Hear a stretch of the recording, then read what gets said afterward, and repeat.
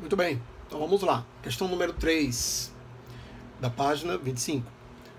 Para tentar descobrir com qual material sólido estava lidando, um cientista realizou uma seguinte experiência.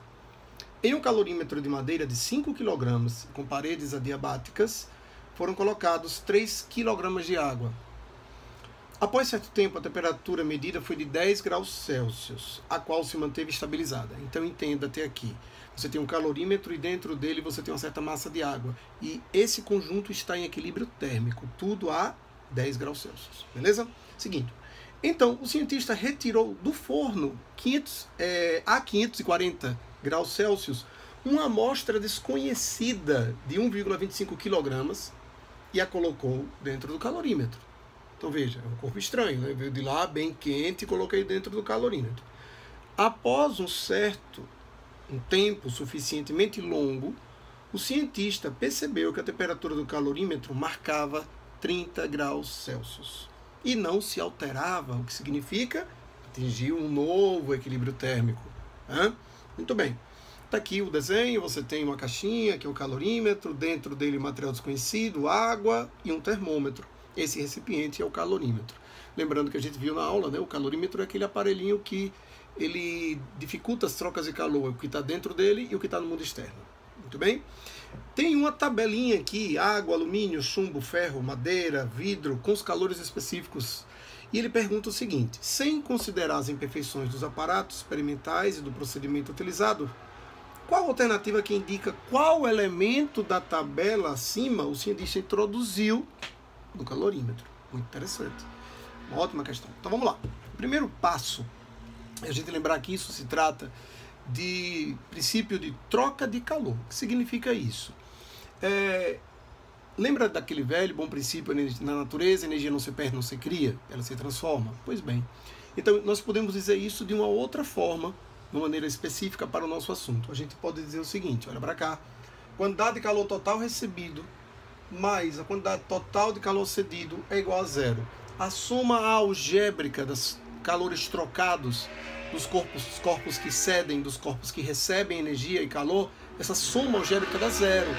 Isso é uma maneira diferente de você dizer a mesma coisa. A energia não vai se perder, certo? Se alguém está cedendo, alguém está recebendo. É essa a ideia. Então isso aqui, gente, é chamado de princípio, anota isso aí, das trocas de calor, tá?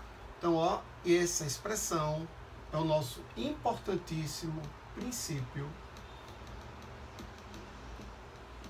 das trocas de calor. Massa? Muito bem. O que nós vamos fazer agora? Dentro da nossa questão, observe que você tem aqui um calorímetro, dentro dele você tinha água e você introduziu mais alguma coisa, quente. Esse elemento quente, que é o metal, é o que eu quero descobrir. Então vamos à expressão: quem é que está recebendo o calor? Veja que o metal que está quente, que saiu do forno, ele é quem vai ceder, né? Então, aqui no nosso caso, quem vai receber quantidade de calor? Eu vou chamar aqui de vai ser o nosso calorímetro. Mais Q2. Quem vai ser o Q2? É a água que estava lá dentro. Mais Q3. O Q3 é o metal que foi colocado depois. Acompanha? Então, segue aqui. M, C, delta T. Isso tudo aqui, gente, é do número 1. Isso, número 1 é calorímetro, não esquece. Mais M, C, delta T. Só que aqui agora é a água que já estava dentro do calorímetro. Não se perde, tá? As fórmulas são as mesmas, mas você tem substâncias totalmente diferentes, elementos diferentes. Mas, e quem é o Q3? É aquele que vai ceder calor para esse sistema todo. Quem é? O metal quente que ele tirou do forno. Então esse metal quente, de novo, M, C, delta T, tudo isso igual a zero. Entendeu, gente? Acompanhou a ideia? Então veja, essa questão, ela agora o que você precisa é substituir valores. Eu vou deixar a questão armada e vocês vão só completar e terminar. Então vamos lá. Qual foi a massa do calorímetro que ele dá na questão? 5 quilogramas. Ó, calor específico da madeira, tá aqui, ó, 0,42.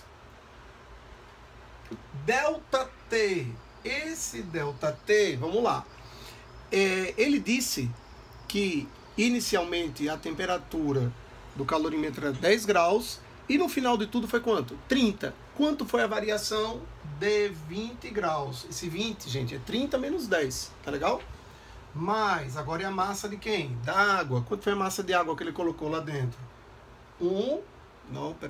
Quanto foi a massa de água? 3 quilogramas. 3.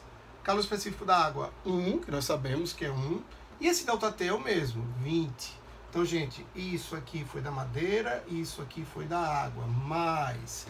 Agora vamos para a última etapa. Quem é agora? O forno de lá de dentro, o triometal. Qual é a massa desse metal? Ele dá lá na questão, 1,25. Calor específico dele é o que eu quero. É o que eu quero descobrir.